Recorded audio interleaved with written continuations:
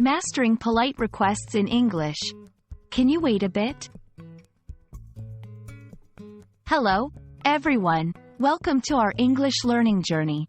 Today, we're going to explore a very common and useful phrase, can you wait a bit?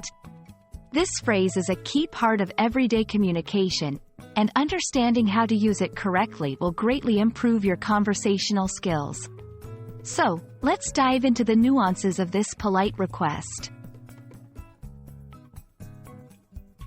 Can you wait a bit? Is a polite way to ask someone to pause or delay their action or response for a short period of time.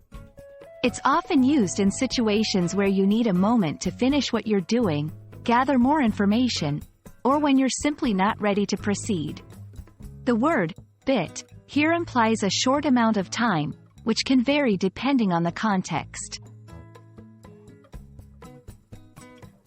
Let's break down the phrase to understand its components better. Can. This modal verb is used to request or ask for permission in a polite way. You, the subject of the request. Wait. This verb implies pausing or delaying an action. A bit, a colloquial way to refer to a short duration. It makes the request sound more informal and friendly.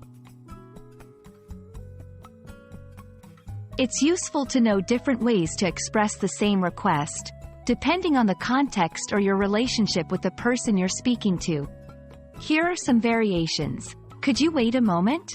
Slightly more formal, suitable for both casual and professional settings. Do you mind waiting a little? Adds a layer of politeness by asking if the person is okay with waiting. Please wait a second. Direct, yet the addition of please maintains politeness.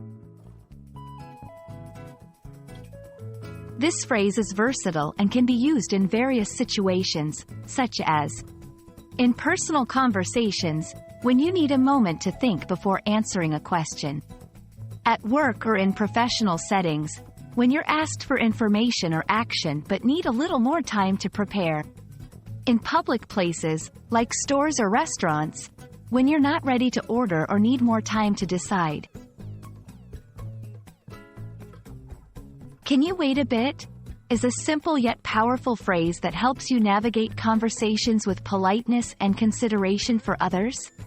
By understanding and using this phrase correctly, you'll be able to communicate more effectively and build better relationships in both personal and professional contexts. Thank you for watching, and we hope this video has been helpful. Happy learning, and see you in the next video.